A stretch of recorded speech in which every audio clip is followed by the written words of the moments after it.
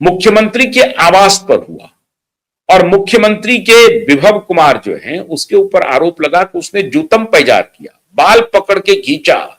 महिला आयोग की अध्यक्ष हैं, दिल्ली महिला आयोग की, उनकी पार्टी की राज्यसभा सांसद हैं, उनको पूरी तरह से पीटा गया। और कहां पीटा गया? मुख्यमंत्री के आवास पर पीटा गया। ऐसा कृत्य आपने कभी सुना नहीं होगा। एक से एक नेताओं के ऊपर आरोप लगते हैं। मुख्यमंत्री केजरीवाल ने, जब वे मुख्यमंत्री थे, अरविंद केजरीवाल ने सारे रिकॉर्ड तोड़ दिए अपनी निकृष्टता के। बयानबाजी छोड़ दीजिए, मैं बच्चे की कसम खाता हूं, मैं बंगला नहीं लूंगा, गाड़ी नहीं लूंगा, ये सब भूल जाइए। अरविंद केजरीवाल निकृष्टतम नेताओं की श्रेणी में कैसे आ सकते हैं? मान लीजिए कि कोई एक सांसद उन्होंने नियुक्त किया है, कोई बात नहीं है, उनकी कृपा रही है, उनकी ही कृपा से स्वाति मालीवाल इतने बड़े पद पर पहुंची हैं, महिला आयोग की अध्यक्ष बनी है और राज्यसभा पहुंची है। स्वाति मालीवाल को लेकर के बड़े किस्से हुए, क्या नजदीकी थी, किससे नजदीकी थी, उनकी अपने पति से क्या झगड़ा था, नहीं था, भगवान जाने।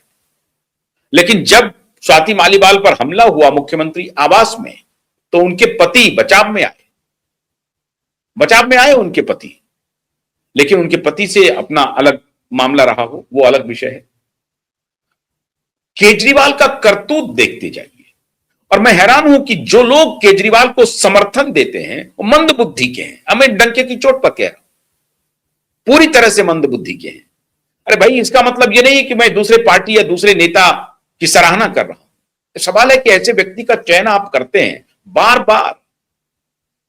वो व्यक्ति जो अरविंद केजरीवाल, ऐसा व्यक्ति जो अपने घर पर बिठा करके चीफ सेक्रेटरी को गाली गलौज करवाए, उसके ऊपर भी हाथापाई हो चीफ सेक्रेटरी को, ध्यान रखिए आप, इसी केजरीवाल के घर पे हुआ। और इसी केजरीवाल के घर पे राज्यसभा की सदस्य, महिला आयोग की अध्यक्ष, उसकी पिटाई हुई। और अब एक जो उनका बहुत ही क्लोजेस्ट सिपहसालार था, राघव चड्ढा, हमेशा, और ऐसे स्पोक्स पर्सन थे जो पार्टी के चेहरे थे, जबरदस्त मजबूती से अपने तर्कों से आम आदमी पार्टी को बचाते थे टेलीविजन पे। अब उस व्यक्ति की बोलती बंद की गई, तो मतलब समझिए कि पिटाई ही हुई। तो ये साइलेंट पिटाई है राघव चड्ढा की। ये व्यक्ति अनार्किस्ट है, ये खुले में कहता है अरविंद केजरीवाल कि हम अनार्किस्ट हैं। और अनार्किस्ट हैं ये दर्शाता भी है।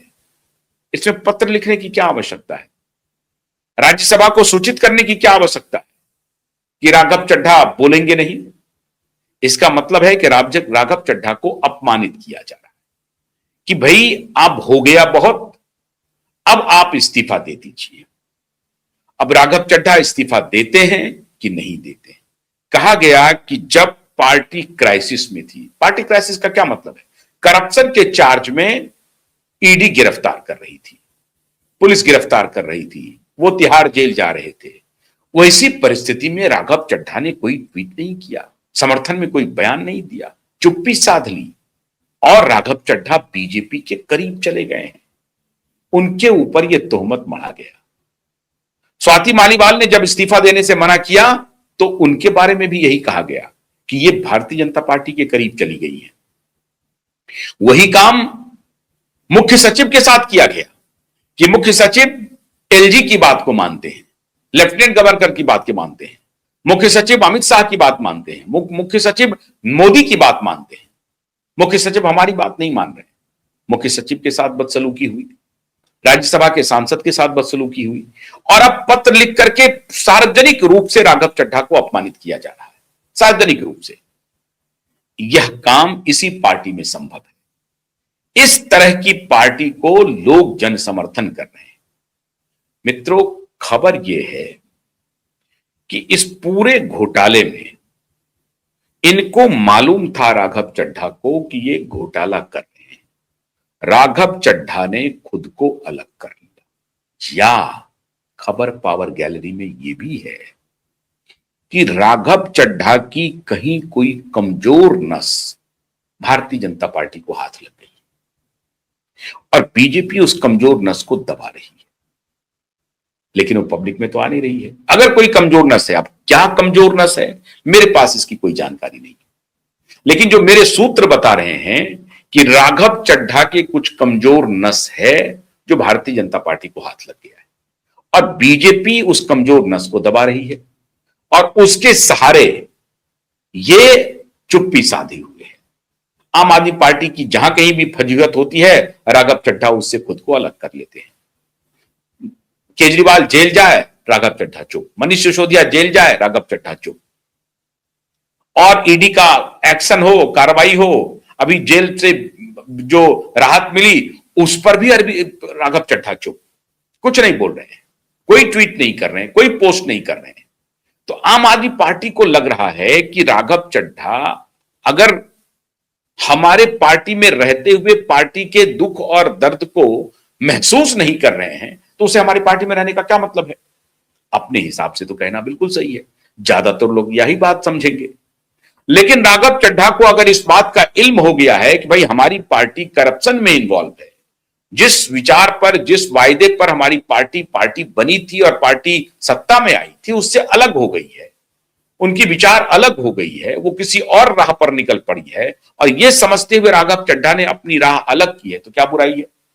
बड़े बड़े लोग अलग कर चुके हैं, स्वाति मालीवाल ने किया या नहीं किया, भाई आशुतोष गुप्ता ने किया या नहीं किया, प्रशांत भूषण ने किया या नहीं किया। प्रशांत भूषण और योगेंद्र यादव को जूते से, लात से, हाथ से खूब कूट कूट करके इन्होंने निकाला पार्टी से। एक कूटने वाली पार्टी बन गई आम आदमी पार्टी, ये पिटाई में भरोसा रखती है, ऑडियो स्टिंग में और पिटाई में, ये दो में महारत है आम आदमी पार्टी को। मतलब आज से नहीं हो रहा है, ऐसा नहीं कि स्वाति मालीवाल पर हो गया और चीफ सेक्रेटरी पर हो गया, नहीं, इसके शुरुआती दिनों में ही जिस प्रशांत भूषण के पिता शांति भूषण ने पहला चेक दिया करोड़ रुपए का पार्टी बनने के लिए, उनके बेटे प्रशांत भूषण को जूते, लात, हाथ से पीट पीट करके बाहर निकाल दिया। योगेंद्र यादव जो इनके बड़े आइडियोलॉग बने थे और आज भी उनमें इतनी सदा सहता है कि आज भी पब्लिकली वो अरविंद केजरीवाल के बारे में बुरा भला नहीं कहते हैं, पिटाई खाने के बाद भी नहीं कहते हैं। ऐसी सदाशयता कम से कम योगेंद्र यादव में बची हुई है। पिटाई खाने के बाद भी अरविंद केजरीवाल के बारे में कोई बुरी बात, मर्यादित तरीके से आलोचना करते हैं, लेकिन कोई बुरी बात इस तरह से नहीं बोलते हैं जैसे जैसे मैं कह रहा हूं कि व्यक्ति धूर्त है, योगेंद्र यादव नहीं कहते हैं धूर्त है। मैं कह रहा हूं खुलेआम कि यह व्यक्ति पूरी तरह से धूर्त है, धूर्तता में यकीन रखता है, लेकिन योगेंद्र यादव ने कभी नहीं कहा। प्रशांत भूषण ने कहा, लेकिन वो भी मर्यादा में रहते हुए कहा।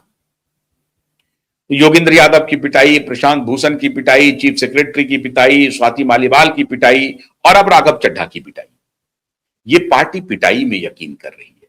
राघव चड्ढा को जिस तरह से अपमानित किया है, वो आने वाले दिनों में राघव चड्ढा कुछ और अंदरूनी बात बताएंगे। और अगर ये बात कही जा रही है कि राघव चड्ढा बीजेपी के करीब हैं, राघव चड्ढा पेशे से चार्टर्ड अकाउंटेंट हैं और खबर है पैसे के लेन देन के बारे में राघव चड्ढा के पास बहुत जानकारी है। वो ये भी रहे, ट्रेजरर भी रहे राघव चड्ढा आम आदमी पार्टी के, सब जानकारी है। तो क्या अरविंद केजरीवाल ने मधुमक्खी के छत्ते में हाथ डाल दिया? क्या आने वाले दिनों में राघव चड्ढा केजरीवाल के खिलाफ कुछ और बड़ा रहस्य उद्घाटन करने वाले हैं?